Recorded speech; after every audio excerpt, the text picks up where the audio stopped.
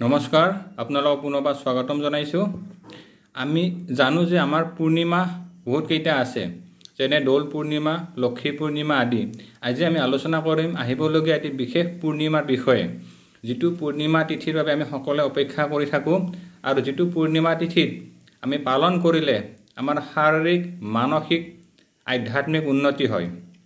সেই পূৰ্ণিমাটো হৈছে গুৰু পূৰ্ণিমা। এইবাৰ গুৰু পূৰ্ণিমা পৰিছে 21 জুলাই ৰবিবাৰ। পূৰ্ণিমা তিথি আৰম্ভ হ'ব 20 জুলাই আবেলি 5:19 পৰা গোটেই ৰাতি থাকিব, শেষ হ'ব 21 জুলাই আবেলি 4:07। এই সময়খিনি আমাৰ বাবে অতিকৈ গুৰুত্বপূৰ্ণ, কাৰণ পূৰ্ণিমা তিথি হৈছে সম্পূৰ্ণতাৰ প্ৰতীক। আমাৰ সাধাৰণতে গুৰু আমি 3 প্ৰকাৰৰ। প্ৰথম গুৰু হৈছে আমাৰ মাতা পিতা, জন্মদাত্ৰী, মাতৃ পিতৃ হৈছে আমাৰ প্ৰথম গুৰু। দ্বিতীয় গুৰু হৈছে আমাৰ শিক্ষা গুৰু, আৰু তৃতীয় গুৰু হৈছে আমাৰ আধ্যাত্মিক গুৰু বা আমাৰ দীক্ষা গুৰু, যিয়ে আমাক নতুন জন্ম দিয়ে।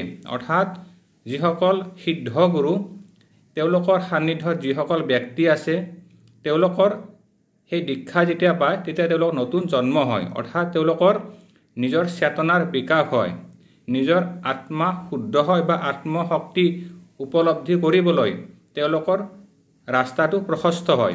সেইবাবে আমাৰ জীৱনত গুৰু পূৰ্ণিমা বিশেষ গুৰুত্বপূৰ্ণ।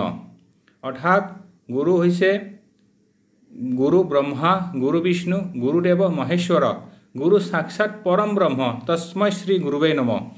অৰ্থাৎ গুৰু ব্ৰহ্মা, বিষ্ণু আৰু মহেশ্বৰৰো ওপৰৰ স্থান দিয়া হৈছে সিদ্ধ গুৰুসকলক। মই সকলো গুৰুৰ কথা কোৱা নাই। যিসকল গুৰু সিদ্ধ হৈছে, নিজৰ সাধনাত সিদ্ধ লাভ কৰিছে, অৰ্থাৎ তেওঁলোকৰ আত্মা পৰমাত্মাৰ লগত বিলীন হৈছে, সেই গুৰুক আমি প্ৰণাম জনাইছোঁ। আমাৰ ভাৰতবৰ্ষৰ লগতে অসমৰ বিভিন্ন ঠাইত এই গুৰু পূৰ্ণিমা পালন কৰা হ'ব।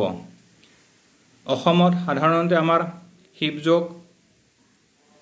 শিৱযোগ Forum, Ramakrishna Mission, Ramchandra Mission, Art of Living আদি যিসকল অনুষ্ঠান আছে, সেই অনুষ্ঠানত যিসকল ব্যক্তি জড়িত হৈছে অসমৰ লগতে ভাৰতবৰ্ষৰ বিভিন্ন ঠাইত, তেওঁলোকে গুৰু পূৰ্ণিমা উৎসৱ পালন কৰিব।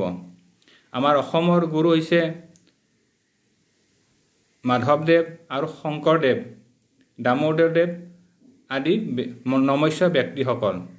গতিকে এই গুৰু পূৰ্ণিমাৰ দিনা আমি গুৰু চৰণত আমি সমৰ্পণ ভাৱেৰে আমি যদি নিজৰ শ্ৰদ্ধা ভক্তি অৰ্পণ কৰোঁ, তেতিয়াহ'লে আমাৰ আধ্যাত্মিক বিকাশ হ'ব।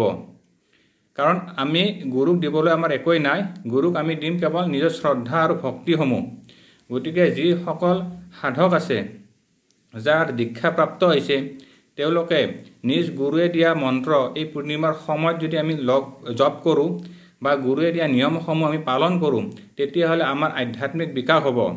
কাৰণ গুৰু পূৰ্ণিমাৰ দিনা গুৰুৰ সমস্ত শক্তি জাগ্ৰত হয় আৰু ভগৱান শিৱৰ পৰা তেওঁলোকে শক্তি লাভ কৰি সকলো সাধকক বিলাই দিয়ে। গতিকে গুৰু পূৰ্ণিমাৰ বিশেষ মাহাত্ম্য আছে। ব্যাসদেৱৰ জন্মতিথিৰ পৰাই গুৰু পূৰ্ণিমা উৎসৱ ভাৰতবৰ্ষত পালন কৰি অহা হৈছে। গতিকে ভাৰতবৰ্ষখন হৈছে আমাৰ গুৰু স্থান। গতিকে যিসকল ব্যক্তিয়ে নিজৰ গুৰু আছে, তেওঁলোকে গুৰু পূৰ্ণিমাৰ দিনা ৰাতিপুৱা গা পা ধুই উঠি গুৰু চৰণত ফুল জল অৰ্পণ কৰি, নৈবেদ্য অৰ্পণ কৰি গুৰুৱে দিয়া মন্ত্ৰ জপ কৰিব, গুৰুৱে দিয়া নিয়ম পালন কৰিব। লগতে আমি যদি দুখীয়া মানুহক দান দক্ষিণা কৰোঁ, তেতিয়াহ'লে আমাৰ পূৰ্ণতা লাভ হয়। লগতে যিসকল ব্যক্তিৰ গুৰু নাই, কাৰণ ভগৱান শিৱ হৈছে দক্ষিণামূৰ্তি, অৰ্থাৎ ভগৱান শিৱই গুৰুস্বৰূপ হয় এই পৃথিৱীত আহি আমাৰ ওপৰত কৃপা দৃষ্টি বৰ্ষণ কৰিছে। যিসকল ব্যক্তিৰ এতিয়ালৈকে সিদ্ধগুৰু লাভ হোৱা নাই, তেওঁলোকে নিজৰ মাতৃ পিতৃক শ্ৰদ্ধা ভক্তি কৰিব, লগতে ভগৱান শিৱক প্ৰাৰ্থনা কৰিলেও তেওঁলোকৰ গুৰুৰ শক্তিসমূহ লাভ কৰিব। গতিকে গুৰু পূৰ্ণিমা উৎসৱ আমাৰ বাবে অতিকৈ গুৰুত্বপূৰ্ণ।